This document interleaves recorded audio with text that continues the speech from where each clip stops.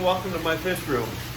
I'm Dave, and I want to take you for a little tour today of our fish room setup, show you how we're set up, what we're doing, why we're doing it, and maybe even give you a glimpse of some very happy fish. I'll have to kind of speak up loudly, as you can tell. It's rather noisy in here. But let me flip the camera around, let you take a look at what we're doing. So here's an overview of the fish room in general.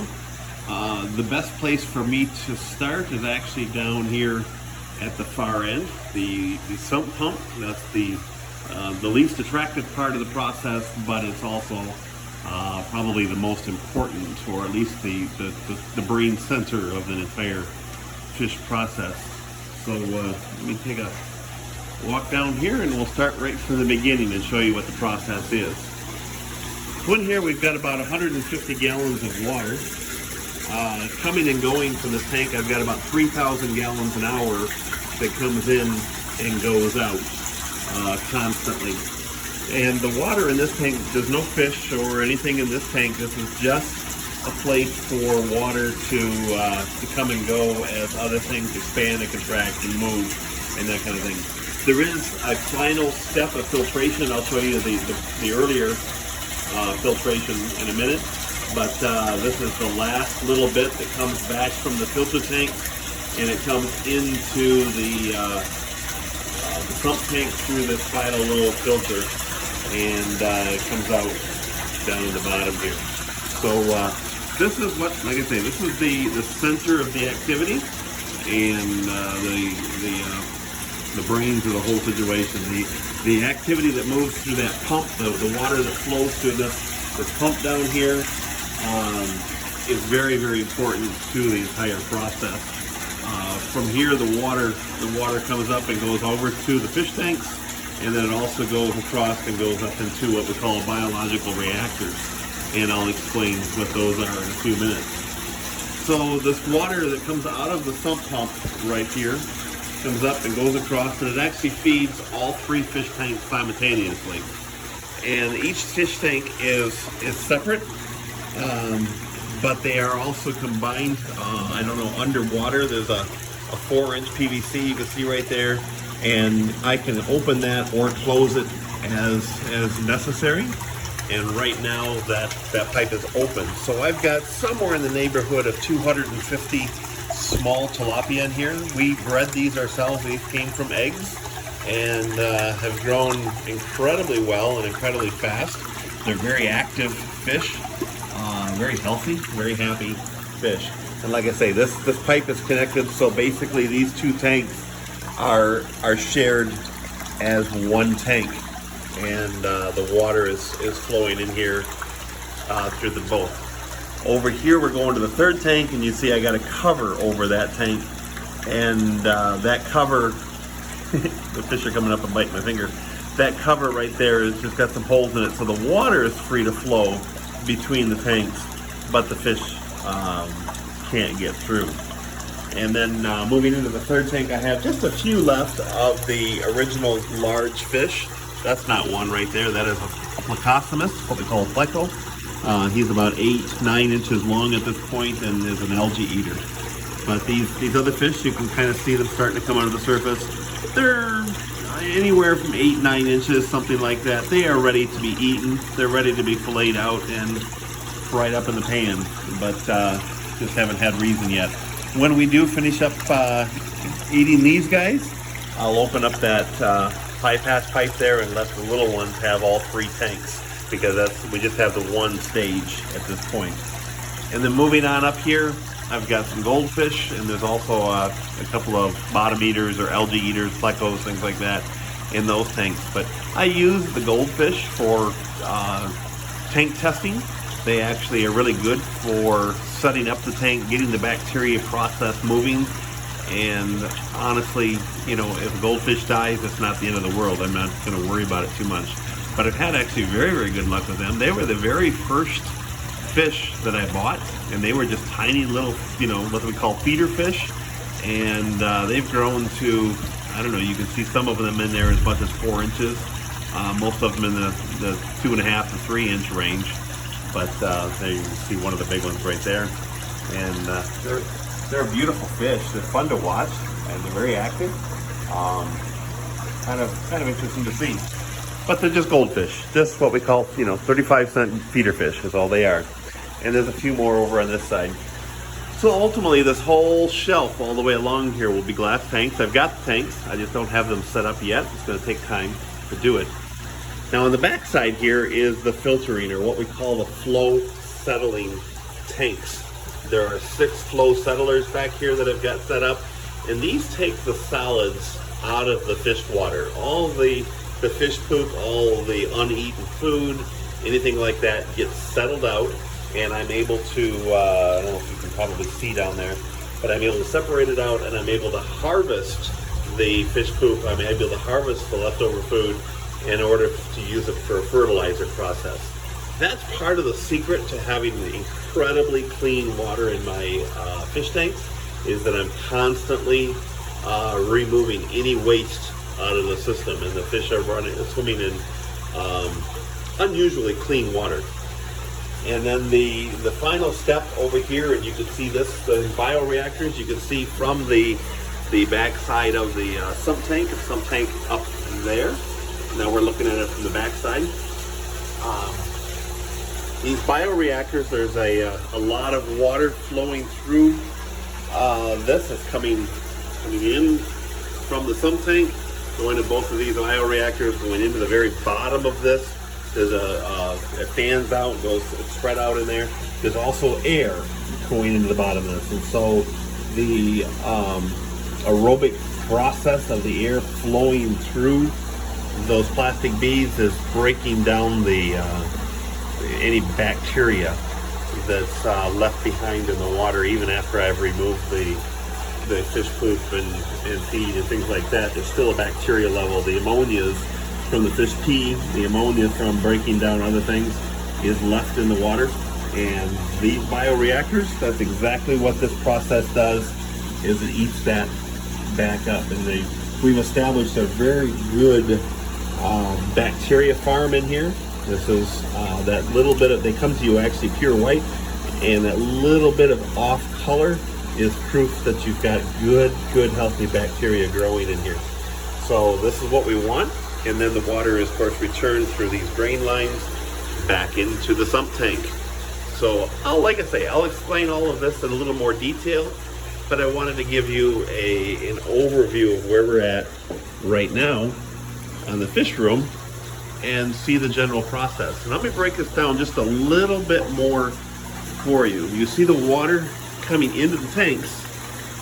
Then what does it do? Well, here's what happens.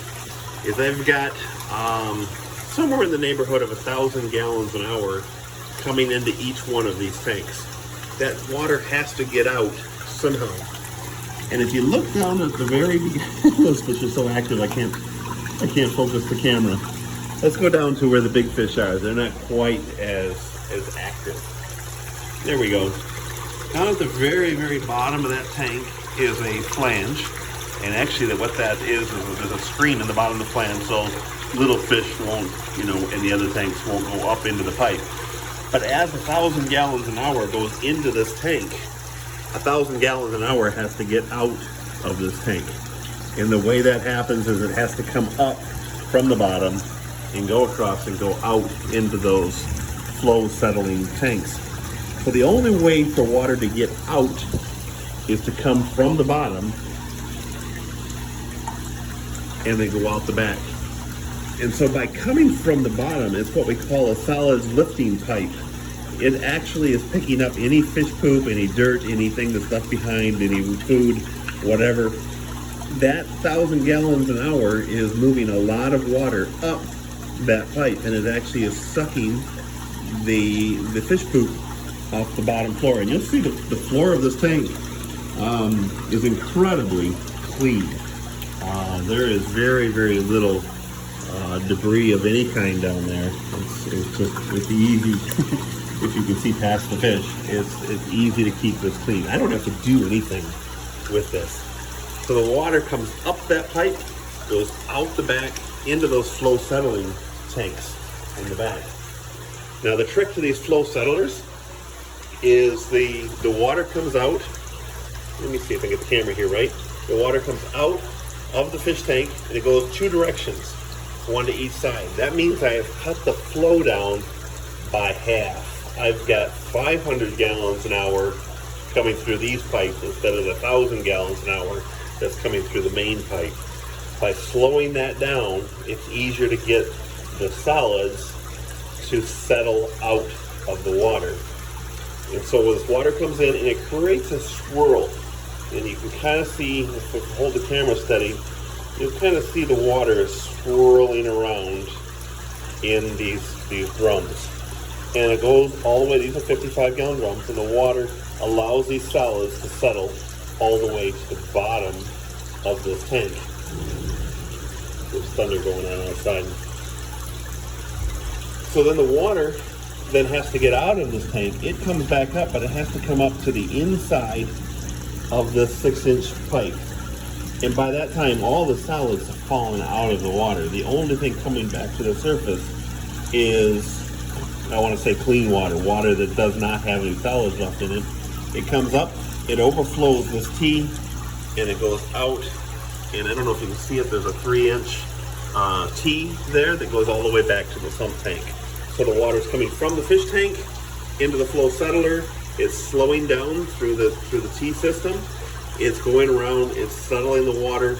It comes back up through this thing here, this 6-inch, goes into the 2-inch PVC, back out into the drain and down to the sump pump.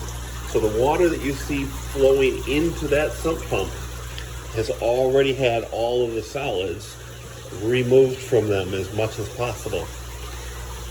And that's where you saw this pipe here. That's all coming back from those 6 barrels back there.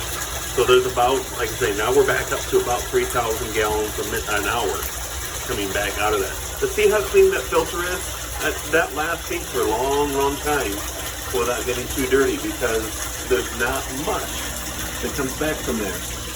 And then the water, of course, like I said before, gets pumped back over, goes through the bioreactors, comes back through the drains, and flows back into the sump. So the sump is constantly moving water. So what happens to those solids? Because we are harvesting those solids for fertilizer purposes, and that's a whole nother video and explanation. The solids go to the bottom of this tank, and you'll see a flange down there, a white pipe that's actually at the bottom. I'll see if I can move this. See how I wiggle that? I'm wiggling it right from here. That's at the very bottom of this tank. That's open at the bottom with a little spacer. The valve here, and this goes across and goes on out to this transfer pump. And we haven't finished plumbing that up, but that will become all hard pipe sooner or later. When I turn on the transfer pump and open this valve, it sucks anything that's laying on the bottom of this tank towards the center of the tank and gets picked up by the pump, brought up through that white pipe right there, through the valve, and out, out to the pump and outdoors into our storage tanks.